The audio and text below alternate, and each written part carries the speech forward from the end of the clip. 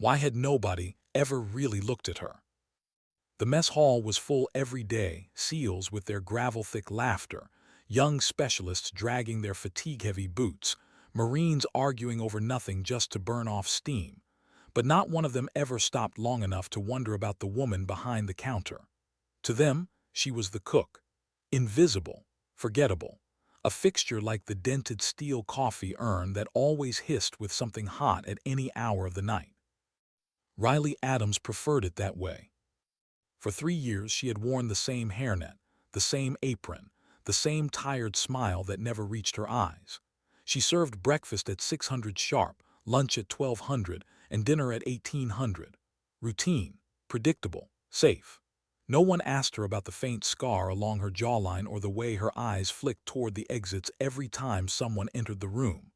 No one asked why she always kept her back against the wall, as if the dining hall itself was enemy territory. They didn't ask because they didn't want to know, and because Riley was good at hiding. But hiding had its cost.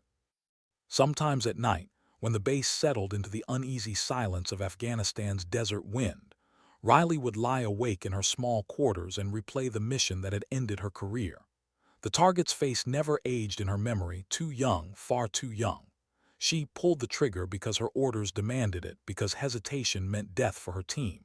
She had executed flawlessly, earned medals, commendations, nods from commanders who said her name with pride. And yet, every time she closed her eyes, it was the face of a boy she saw, not an enemy, a boy. That's why she'd asked out. She had begged for reassignment, and they had given it to her. Food service, far away from combat rosters. A place where no one needed her to decide who lived and who died.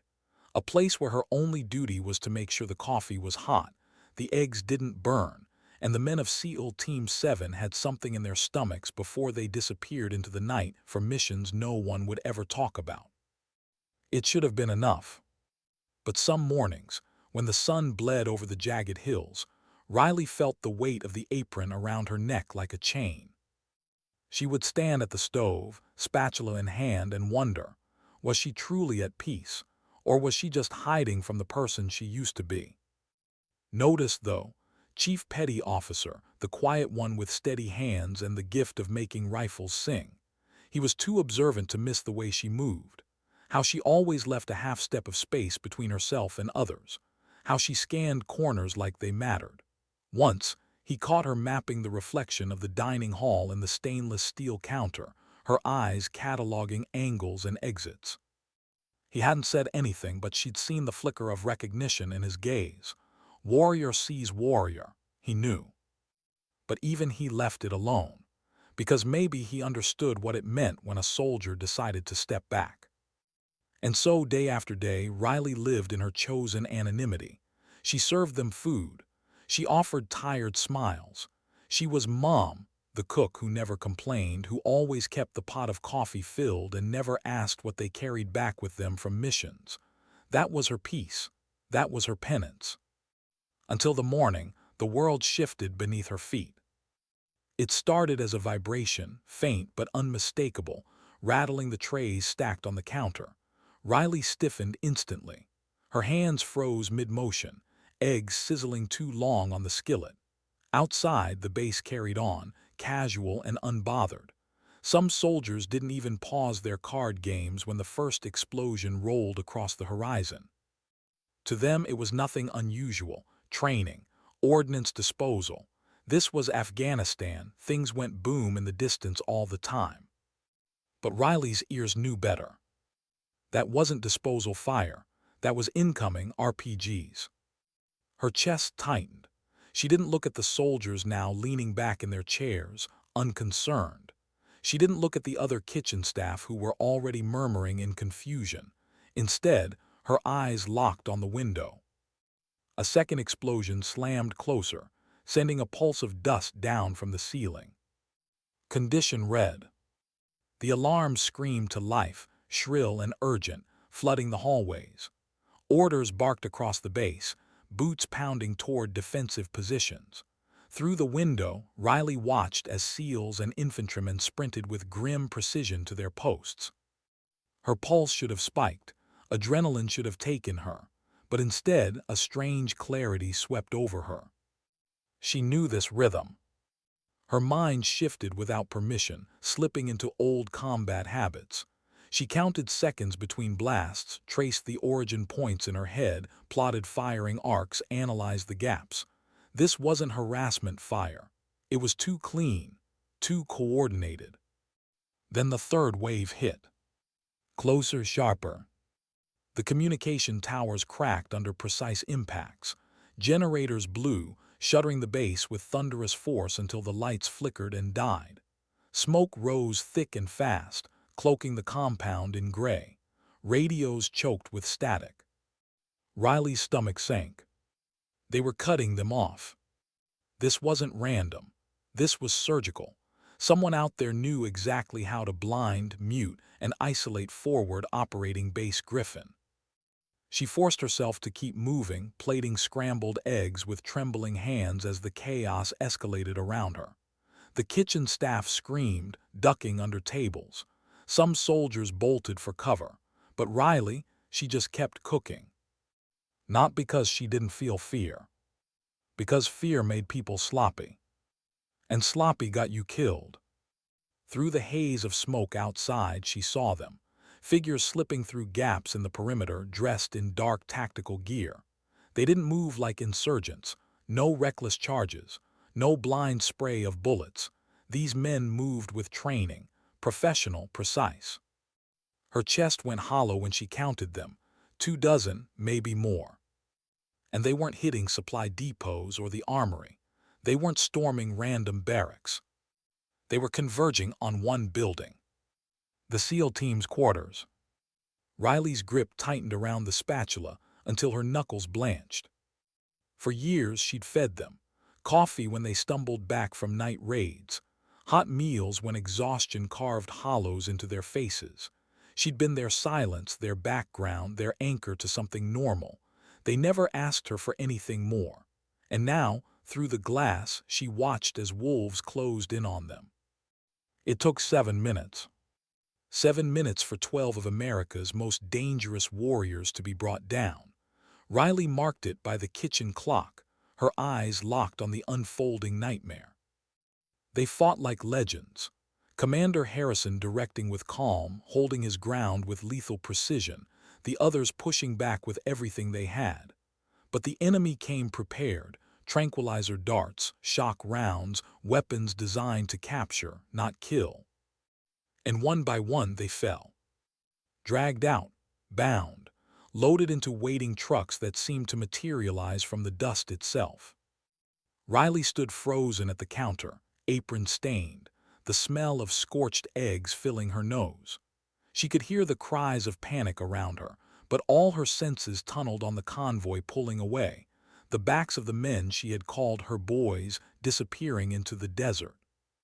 A silence settled inside her, not fear, not shock. Something colder. Something she thought she had buried 3 years ago. Slowly, methodically, she reached up and untied her apron. The strings slipped free with deliberate finality. She set the spatula down, metal clinking softly against the counter. Then she crouched by the industrial freezer. Her fingers found the hidden latch beneath the frame. She tugged, revealing the waterproof case she had prayed she'd never need again. Inside, steel. A knife that still carried her grip's memory. A compact pistol that hummed with familiarity. Tools for breaching, for tracking, for surviving. Her breath came steady, controlled. She rose to her feet, weapon heavy in her hand, her eyes stripped of the warmth she'd practiced for years. The cook was gone. The ranger had returned. How long could she pretend to be invisible now? The mess hall was chaos behind her, staff crying, some soldiers shouting into radios that weren't working, alarms still wailing pointlessly. Riley barely heard them. Her world had narrowed to a single truth. The men she'd served for 3 years were gone, ripped from their beds like prey, and she had watched it happen. Her boots struck the corridor with sharp, purposeful rhythm. No apron, no hairnet. Just her, armed again, shoulders squared with the weight of choices she had thought she'd left behind. Her first stop wasn't the gate. Not yet. Rage could make you reckless, and reckless got you dead. She needed answers. She needed clarity. The communication center smelled of burning wires when she slipped inside. Sparks hissed from shattered consoles. A young signals officer sat slumped against the wall, clutching a bleeding arm, too shocked to notice her presence. Riley moved past him, eyes cataloging damage, assessing what was deliberate and what was chaos. One look at the pattern of destruction told her the truth. Not random, surgical. Every strike had a purpose: kill their eyes, silence their ears, cut their lifeline to higher command. Whoever planned the assault knew the base like an insider. She crouched at a scorched panel, running her fingers over the melted edges. It wasn't just sabotage, it was betrayal. Her jaw tightened.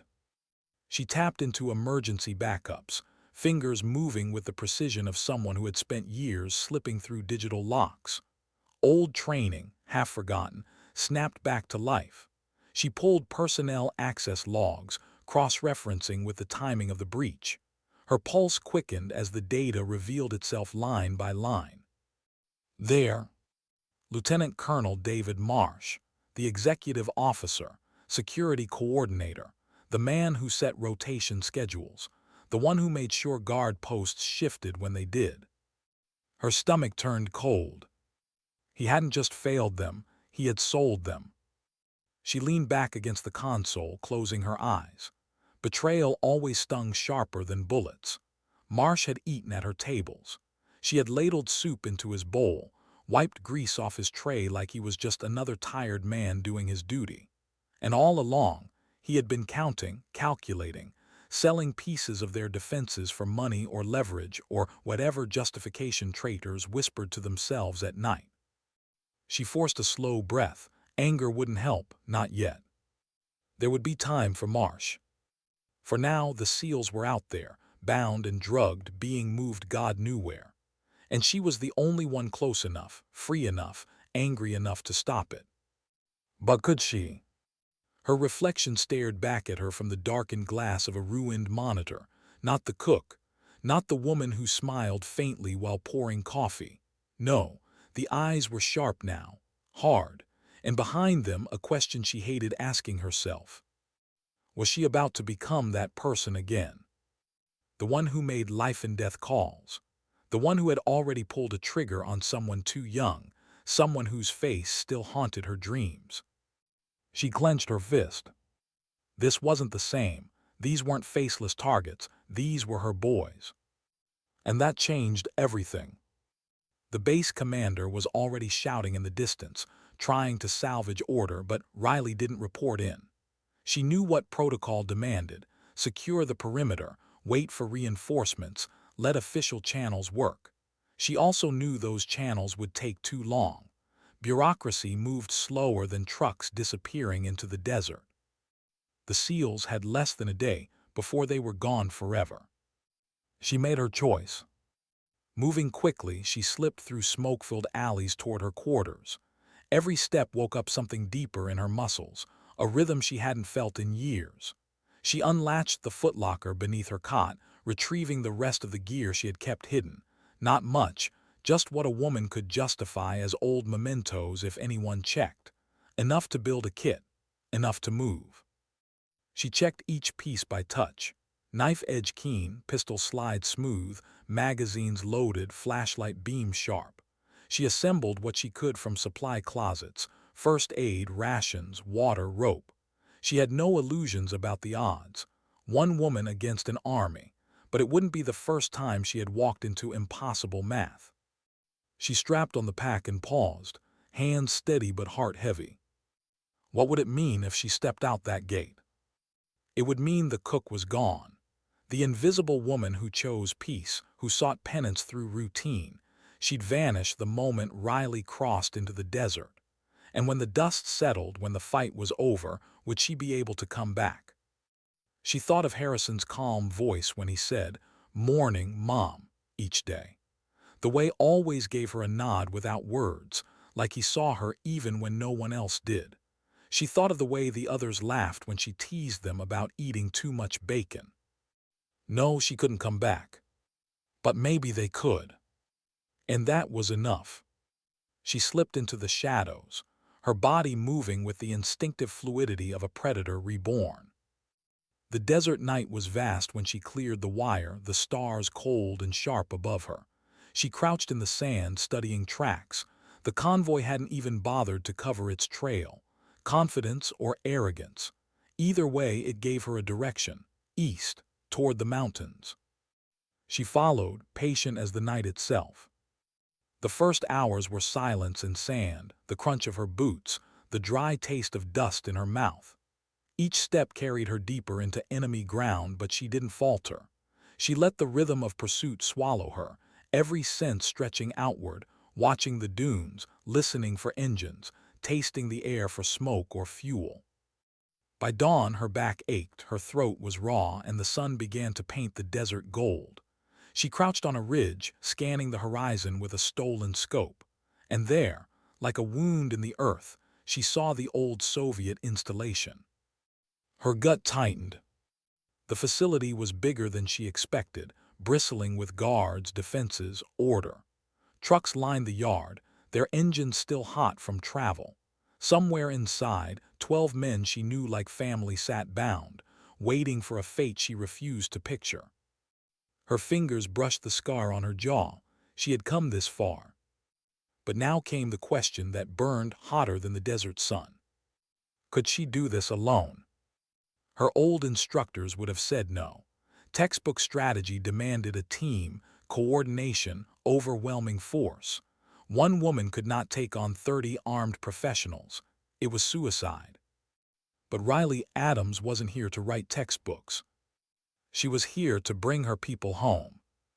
And as the wind swept dust over the valley, she whispered the promise to herself, to them, to the ghost she carried from battles past.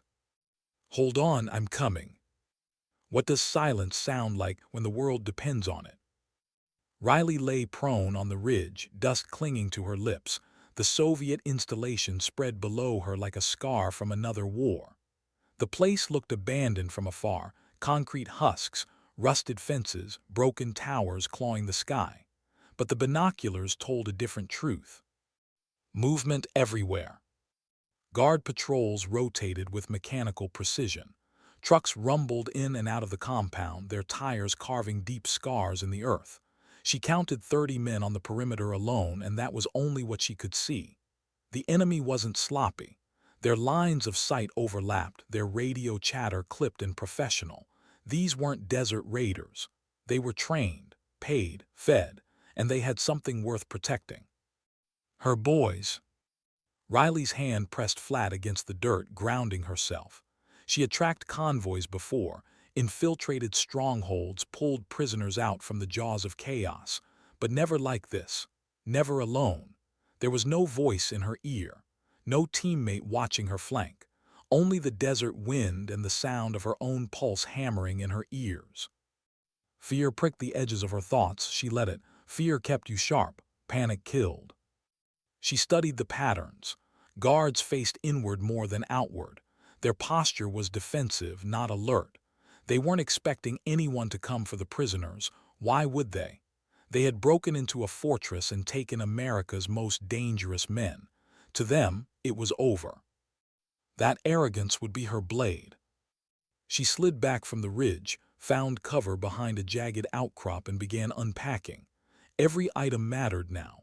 She had brought only what she could carry on her back: a compact carbine, silenced pistol, knives, wire, a stripped-down med-kit. Light and fast, tools for a ghost. Her plan took shape in the sand she traced with a fingertip. The perimeter wasn't impenetrable. The gaps were there, small, timed, but real. She marked the blind spots, the moments when one guard's sweep ended just before another's began. Seconds. That was all she would get. Seconds to slip through. Seconds to breathe. She waited. Hours burned away under the Afghan sun. Her lips cracked, her stomach twisted. But patience was survival. By dusk, when shadows stretched long across the yard and fatigue dragged at human shoulders, Riley was ready. She descended with the darkness. Her body moved like it remembered, knees bending low, weight distributed, every step placed on sand and stone with deliberate care. No wasted motion, no sound.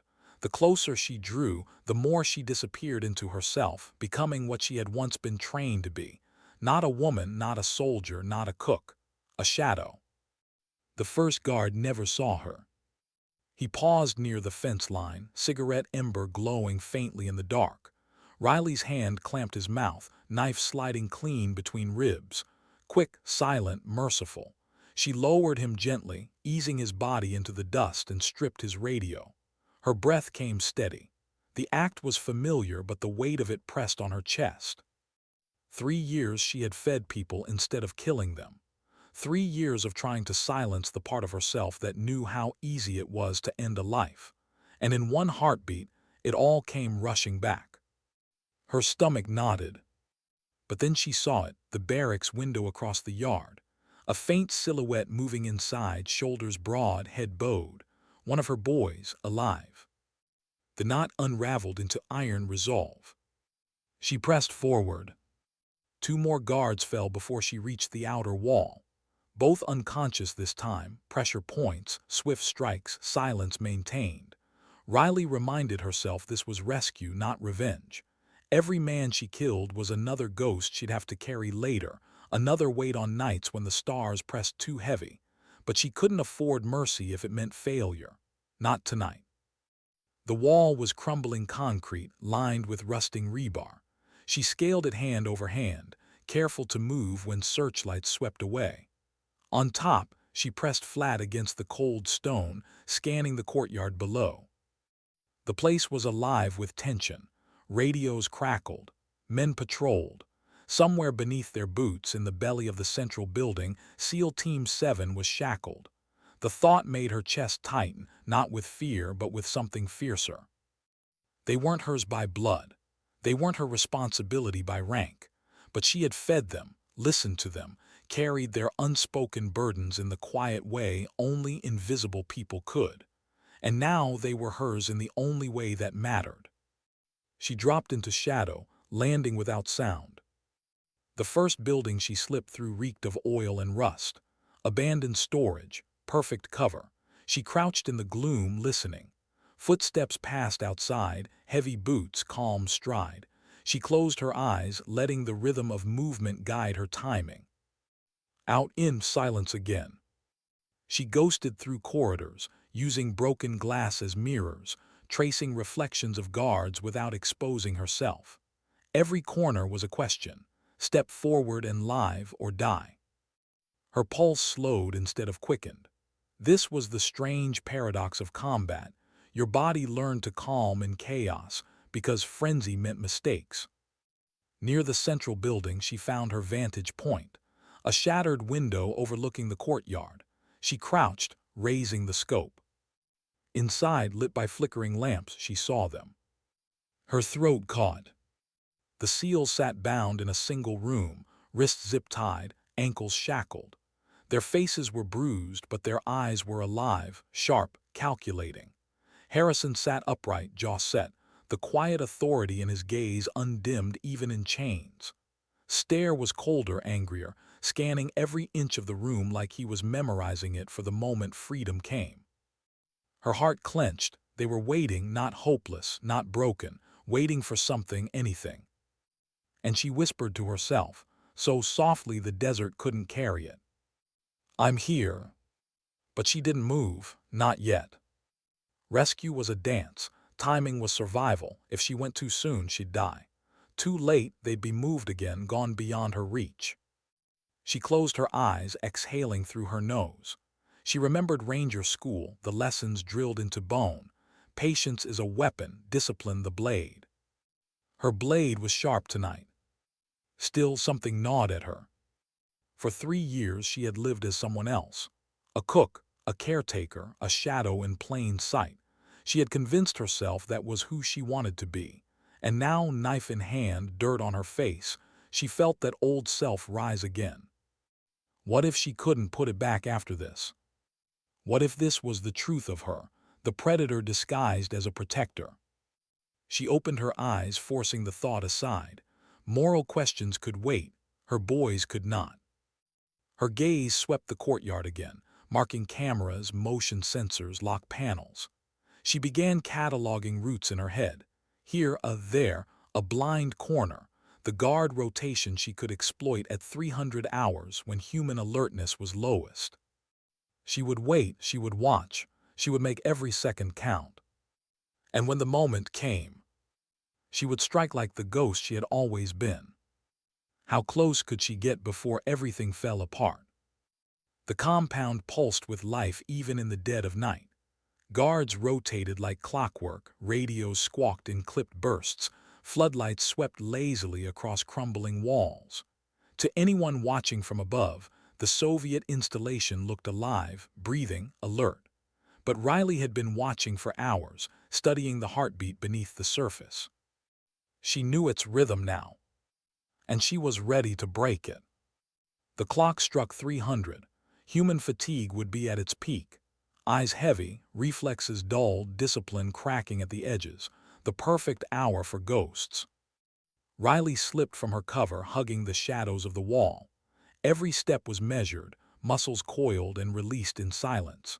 She felt the familiar shift inside her, the world narrowing, senses sharpening, time stretching into clean, deliberate fragments.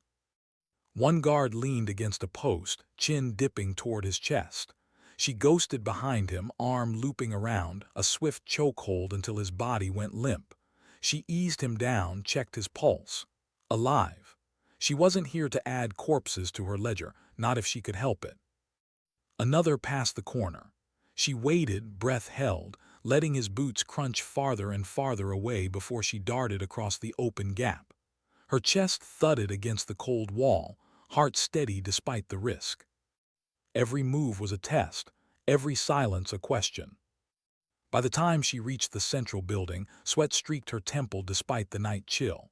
She crouched at the electronic lock, pulling a slim tool from her kit. The system hummed faintly, old but retrofitted. Not simple. She bit her lip, working wires with fingers that remembered too well how to break things without leaving traces. A spark, then click. The lock disengaged. She slipped inside, swallowed instantly by darkness. The air was heavier here, stale and metallic. Concrete walls sweated faintly under dim emergency lights.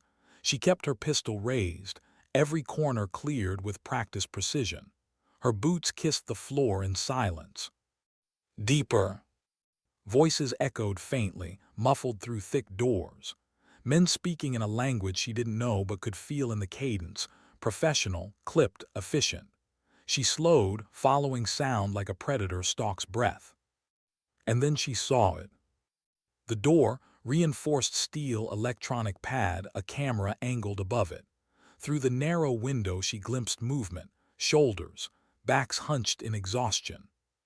Her boys. Her chest tightened. For 3 years she had poured coffee for them, teased them about their appetite, watched them leave and return with sand in their eyes. And now, shackled, silent, their strength contained by plastic restraints. She crouched by the door, staying in the blind spot of the camera, thinking. She couldn't just walk in. The lock would trigger alarms. The camera feed might already be monitored. She needed a way to bypass, to slip through without announcing herself to the entire base. Patience. She pressed her ear against the wall, listening. Inside, one voice rose above the others. Calm, low, deliberate, Commander Harrison. Even chained, his presence filled the room. He was speaking to keep the men steady, to hold them together. Something in Riley eased at that sound. She wanted to slam the door open, to cut their ties, to shout their names and tell them she was here. But that would doom them all. So she waited. Her eyes swept the hallway. Down the corridor, a panel of circuit breakers glowed faintly. Old tech, vulnerable. If she could kill the feed, the camera would go blind. It would have to look like failure, not sabotage. She moved quick, low, covering distance in heartbeats. Tools flashed in her hands, wires stripped, sparks leaping. A moment later, the camera's red light died. Darkness deepened. She was back at the door in seconds. Knife slid under the keypad, prying wires loose. Her breath slowed, heartbeat even. She pictured every motion before making it, every move drilled by years of training. The pad blinked, faltered, then went dark. She pulled, the door side open an inch. Inside, 12 heads snapped toward her at once. For a moment, silence froze the air. Then's eyes widened, recognition flared. "Riley," he whispered, barely audible. Her throat tightened. She stepped inside, knife flashing as she sliced through restraints with steady precision. "Keep it quiet," she breathed. "We're not out yet." Commander Harrison's gaze locked onto hers. No shock, just a measured look, assessing, understanding in seconds what it meant that the woman who had served them meals was standing here, armed and calm. "Mom," he murmured, the faintest wry edge under the exhaustion. Her jaw flexed. "Not tonight." She moved quickly, cutting plastic, freeing wrists. The men flexed stiff fingers, circulation rushing back. One by one, they transformed from prisoners to predators again. Even without weapons, their presence changed, a tide rising in the room. Hope flickered in their eyes. But Riley's chest was heavy. This was only the beginning. They were unarmed, outnumbered, deep inside enemy ground. One wrong sound could end it. She pressed a finger to her lips, then pointed to the hallway. The message was clear. Not yet. Follow my lead. For the first time in 3 years, she wasn't serving them food. She was leading them out of hell. And though part of her feared what it meant to be that person again, another part, the part that had never really slept, felt alive. How do you move 12 men through enemy territory when silence is the only shield you have left? The room stank of sweat, metal, and waiting. Riley stood in the half-dark, her knife slick from cutting restraints, her chest tight from the weight of every decision still ahead. The SEALs shifted quietly, stretching sore arms, testing legs that had been bound too long. They weren't broken. Their eyes gleamed with the same hard steel she'd seen over countless breakfasts, only sharpened now by fury. But fury didn't get you home. She motioned for them to circle close. 12 faces leaned toward her, lit faintly by the dying overhead bulb. Commander Harrison crouched at the front, to his right. Even in chains minutes ago, they radiated discipline. Riley felt their attention lock on her like it once had in briefing rooms.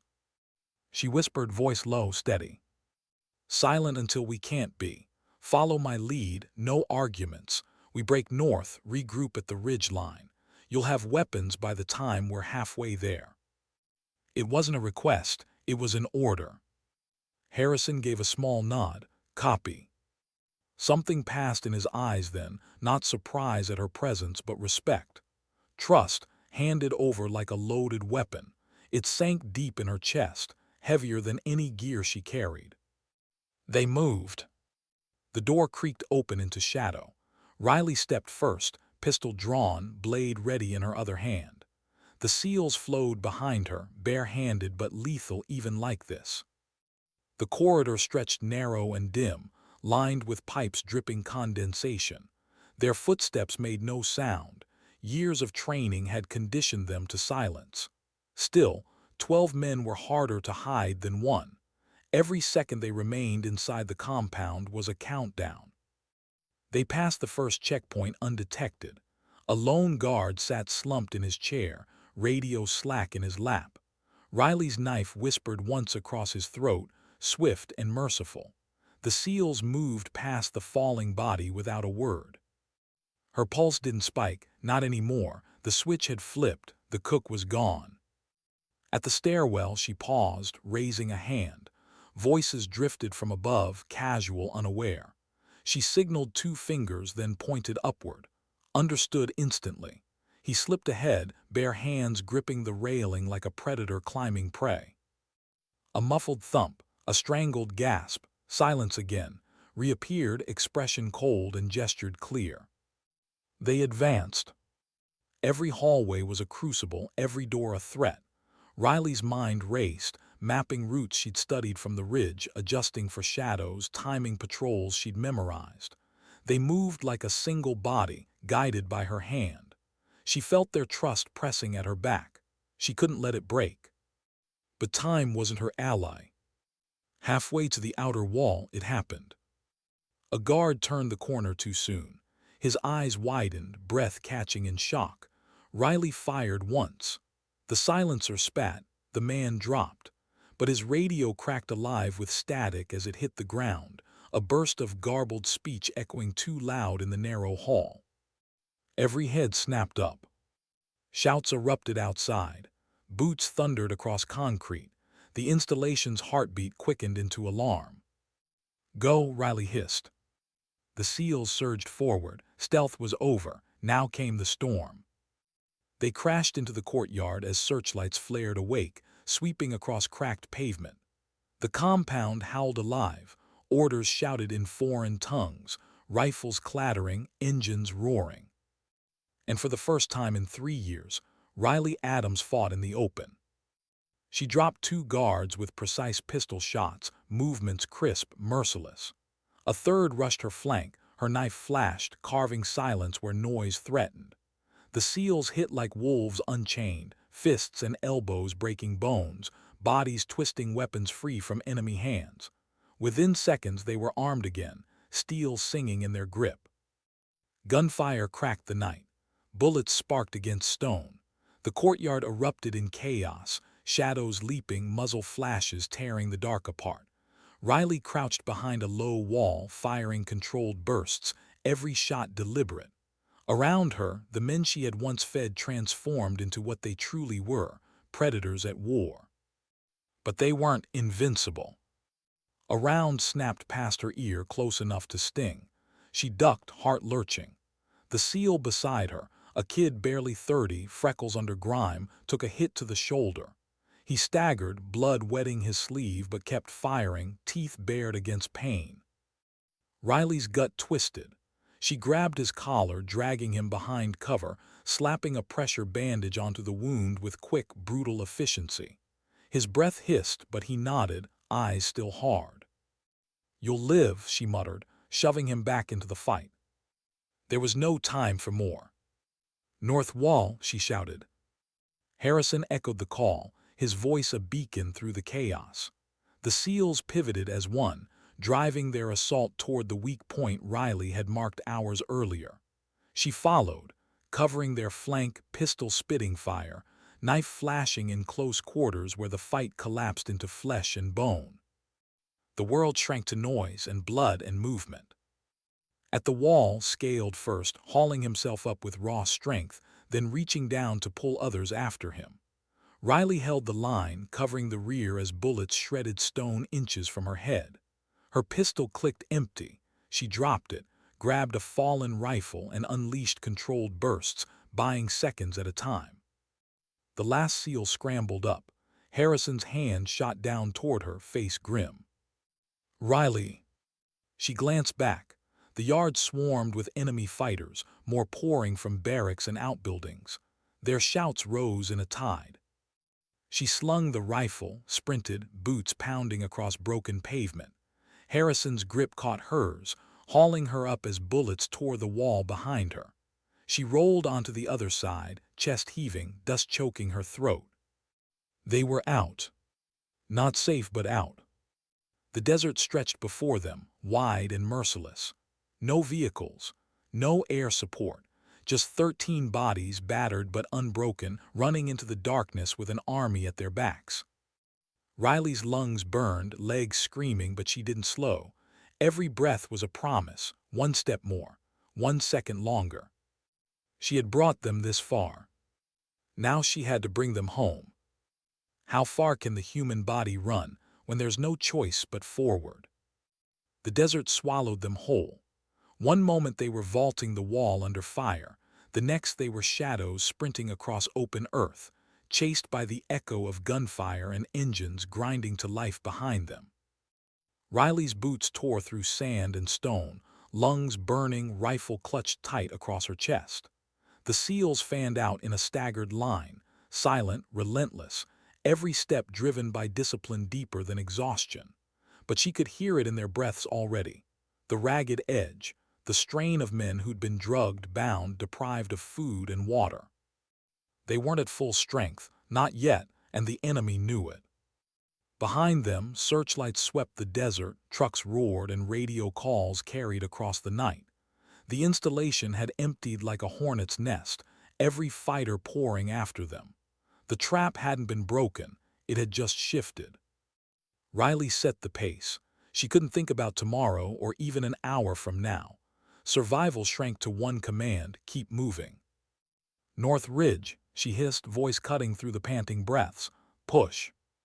Harrison echoed the call, steady even in the chaos. The men, their formation holding, their trust anchoring to her as though she had always been one of them. But inside, Riley fought her own storm. Every muscle screamed, every heartbeat pounded with memory. The last time she'd run like this, she'd been carrying blood on her hands from a boy she couldn't forget. That night had ended with her begging for release from combat, retreating into the quiet safety of kitchens and coffee pots. She'd thought she was done. She thought she could bury the part of herself that thrived in fire. But here she was, back in it, carrying 12 men on her shoulders. Had she ever really left? The ridge loomed ahead, jagged rock cutting against the sky. Riley waved them toward cover, boots skidding as they collapsed behind the outcrop. For a moment, only breathing filled the air, harsh, desperate, human. Crouched beside her, sweat streaking grime across his face. They'll be on us in minutes. She scanned the darkness. Headlights were already carving lines across the sand, vehicles fanning wide to encircle. The enemy wasn't just chasing, they were herding, pushing the escapees into kill zones. Her chest clenched. This was more than pursuit, it was strategy. Whoever led them wasn't careless. They wanted the SEALs alive, but Riley, she doubted they cared whether she breathed or bled. Harrison leaned in, voice low, urgent. Options. She swallowed, the taste of dust sharp on her tongue. We split, she said. The word tasted bitter, but it was truth. 2 groups. One draws them off, the other pushes toward Griffin. If we stay clumped, they'll run us down. The SEALs stiffened. Splitting meant sacrifice. It meant some wouldn't make it. Harrison's eyes locked onto hers. Who's the bait? She didn't flinch. Me. Silence stretched. The desert wind hissed between rocks. His jaw clenched. Riley. No, she cut him off, voice sharp. They don't know I exist. They'll expect 12 operators, not 13. I can pull them wide, buy you hours, enough to get home. Her chest burned at her own words. She hadn't come this far to abandon them, but this wasn't about her. It never was. The SEALs had families, futures, missions still to fight. She had ghosts. Negative, Harrison said finally, firm but quiet. We move together, always. The men nodded as one. That was their creed. No one left behind, not even the cook who wasn't really a cook. Riley's throat tightened. For a heartbeat, she wanted to argue, to force the decision. But their eyes held something she hadn't felt in years: belonging. They weren't letting her walk into the dark alone. Fine, she muttered, the word clipped. Then we move smarter. She scanned the terrain, brain ticking fast. The desert wasn't just sand, it was a weapon if you knew how to wield it. Ridges, ravines, shadows deeper than black. She traced routes in her mind, calculating angles of pursuit. Cut west, she said. We'll drag them into the canyon system. Narrow paths, forces them to bottleneck. We can bleed them there. Harrison gave a tight nod. Orders passed down the line in hand signals, efficient even in exhaustion. The SEALs adjusted, ready. Riley felt something stir in her chest then, a grim steadiness. They weren't just running anymore. They were fighting to shape the ground beneath them. The trucks drew closer, engines snarling. Voices shouted in the night. Riley raised her rifle, chambered around with a smooth, deliberate motion. She glanced at the men around her, battered, bruised, but standing. Warriors, every one. Her voice came low, steady. We're not prey. And then she broke from cover, sprinting west, the SEALs on her heels, the desert alive with the thunder of pursuit. Hours blurred. The canyon walls rose around them, jagged teeth slicing moonlight. The ground grew uneven, slowing their steps, threatening twisted ankles and shattered knees. Men stumbled, caught themselves, pushed on. Riley set her jaw, forcing her body past its limits, refusing to falter while they followed her lead. One seal lagged, his breath ragged, blood dripping from a reopened wound. Riley doubled back, slinging his arm over her shoulders, dragging him forward despite the fire in her own muscles. His weight pressed heavy, but she bore it. "You don't stop," she hissed in his ear. "Not now." He gritted his teeth, nodded, pushed through. Behind them, engines echoed through stone, headlights flickering against canyon walls. The enemy was closing, funneled but relentless. Gunfire cracked, rounds sparking against rock. Shouts carried, distorted by echoes, closer than they should have been. Riley dropped low, raising her rifle, returning fire in controlled bursts. Mirrored her on the opposite wall, his precision turning echoes into confusion. The seals fired as they moved, disciplined, covering each other with a rhythm born of endless missions. The canyon became a crucible, stone, smoke, and blood. And through it all, Riley carried a war inside herself. Each shot, each strike, each step forward pulled her deeper into the person she had tried to bury. The predator, the soldier, the one who decided who lived and who died. She had traded that life for a kitchen apron, hopping to smother it with routine and silence. But tonight proved the truth. She hadn't escaped. She had only been waiting.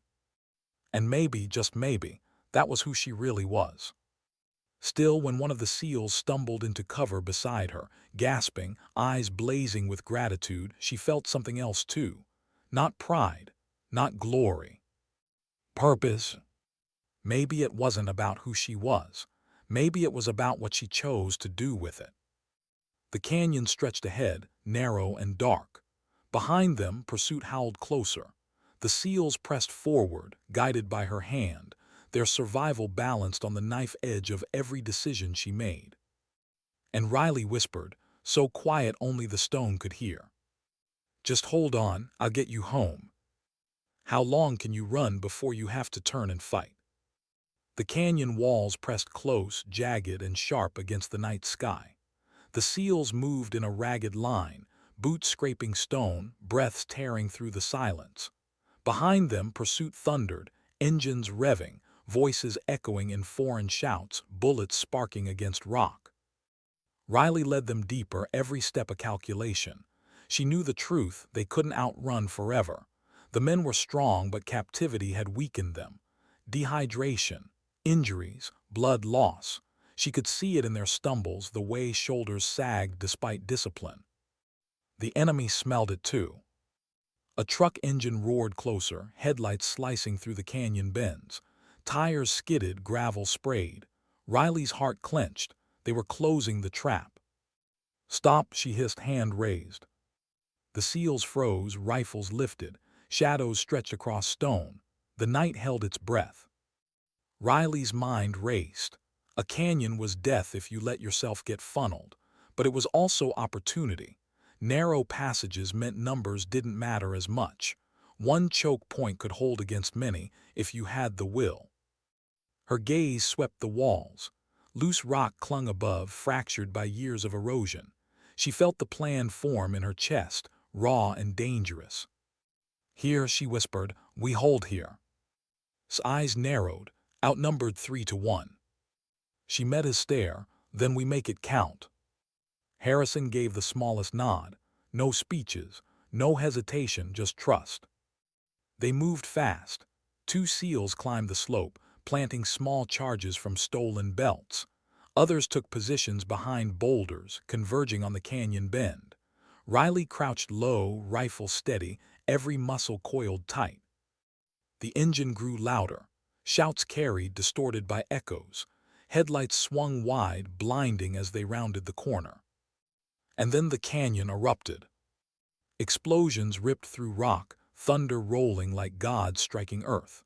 Stone sheared away, crashing down in an avalanche that swallowed the lead truck whole. The blast echoed so loud it rattled Riley's teeth, dust choking the air, headlights snuffed in an instant. The canyon became chaos. Men screamed, metal shrieked, vehicles skidded into wreckage. Now Riley barked. The SEALs opened fire, disciplined and deadly. Bullets carved through dust and shadow. Enemy fighters stumbled, caught between wreckage and collapsing stone. Precision met confusion and the tide shifted. Riley moved like a blade through smoke. Her rifle kicked steady against her shoulder, each round deliberate. One enemy rose through the dust, her knife flashed, swift and final. Another charged, she pivoted, driving him into stone, silencing his breath with a brutal strike. The canyon became close, brutal, primal. No clean lines, just men and stone and the raw struggle to survive. A round cracked past Riley's head, grazing her temple. Warm blood trickled down her face. She staggered, breath ragged, but held steady. Pain was secondary, only survival mattered. She glimpsed across the canyon, moving like water, every shot precise. Harrison barked orders, steady, anchoring the chaos. The SEALs, starved, battered, bloodied, fought like the wolves they had always been. And for the first time that night, the enemy faltered. But victory carried weight. One SEAL went down hard, chest hit by a round that punched him off his feet. Riley was there in seconds, dragging him behind cover, her hands pressing uselessly against the wound. His eyes met hers, wide, glassy. "Tell my," he gasped, but the words dissolved into blood. Her throat closed. She gripped his hand, squeezing hard. "You'll be remembered," she whispered. He stilled. No time to mourn. She pressed his dog tags into her pocket, rose to her feet, and fired until her magazine clicked empty. The dust cleared slowly. Smoke rose from twisted metal and broken bodies. The canyon was littered with silence, broken only by groans and the crackle of fire. The SEALs regrouped, faces grim, blood streaking their fatigues. Harrison met her eyes across the wreckage. He didn't speak. He didn't need to. The cost hung heavy between them. They had survived, but not all. Riley's chest ached, not from exhaustion, not from pain, but from the truth she couldn't escape. She had led them here. She had chosen the fight, and one of them had paid the price. The others looked at her differently now, not as a cook, not even as a ranger, as the one who had carried them this far, the one whose decisions weighed life against death. She turned away, scanning the horizon. Dawn threatened at the edges of the sky, pale light creeping over desert ridges. The installation would regroup. Reinforcements would come. Their window was closing. "We move," she said, voice hard, steady. "Now." No one argued. They stepped over wreckage, over silence, over sacrifice. The desert stretched ahead, wide and merciless. Each man carried his own ghosts now, and Riley carried them all. Her boots hit the sand, steady, unyielding. She didn't look back, couldn't. The canyon had proven one thing. They weren't prey anymore. But predators paid in blood. What does coming home feel like when home isn't the same anymore? The desert stretched endless under the rising sun, painting the sand in shades of fire and gold. Riley led the column at a steady pace, boots crunching against stone, her rifle slung low. Behind her, 12 figures followed, 12 where there should have been 13. The silence between them was heavier than any weight they carried. They hadn't spoken much since the canyon. Grief didn't need words.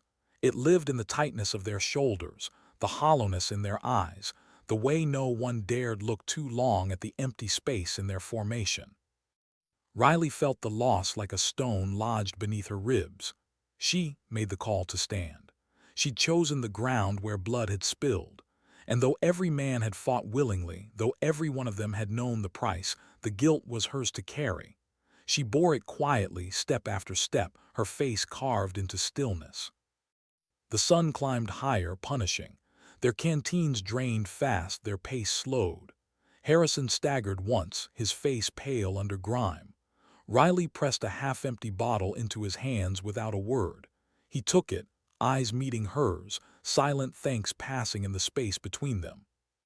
By midday they crested a ridge, and there it was, Fob Griffin. The fortress looked battered from the distance, smoke still trailing from the calm towers, scorch marks blackening the walls. But it was still standing, and the sight pulled a ragged breath from the seals, their pace quickening despite exhaustion. Home! As they drew near, shouts rose from the walls. Soldiers rushed to meet them, weapons lowered in shock as faces registered what they were seeing. SEAL Team 7, bloody, bruised, alive. And at their head not an operator, not an officer. A woman in torn fatigues, blood streaked across her temple, eyes cold and steady. Riley Adams. The gates opened. Hands reached out, pulling the men inside. Medics swarmed. Commanders shouted orders. The courtyard exploded into chaos, relief, disbelief, awe. But Riley stood apart, rifle slack in her grip, dust clinging to her skin. She watched the SEALs disappear into the crowd, swallowed by their brothers. She should have felt relief, pride, something. Instead, she felt hollow. The medic who approached her hesitated at her stare. "Ma'am, you're bleeding." "I'm fine," she said, voice flat. He opened his mouth, thought better of it, and moved on. Harrison found her an hour later in the quiet of the mess hall. The building smelled of smoke and burnt food, abandoned mid-crisis. Tables were overturned, trays scattered across the floor. Riley sat alone at the counter, head bowed, fingers turning a set of dog tags over and over. He leaned against the doorway, studying her. "You saved my men." She didn't look up, not all of them. His jaw tightened. "That's war." She closed her fist around the tags, knuckles white.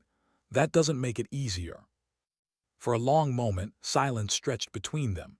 Then he stepped closer, his voice low. "I need to know who you are." Finally, she lifted her gaze. Her eyes were tired, raw but steady. "Staff Sergeant Riley Adams, 75th Ranger Regiment, a beat, retired." Understanding flickered across his face. Pieces fitting into place, the way she moved, the way she watched, the way she had carried them through fire. He nodded once, slow, respectful. "Well, Staff Sergeant, you've got a place with us if you want it." Her throat tightened, she shook her head. "No, that part of me, I left it behind." He studied her but didn't argue. He just said softly, "Sometimes you don't get to choose."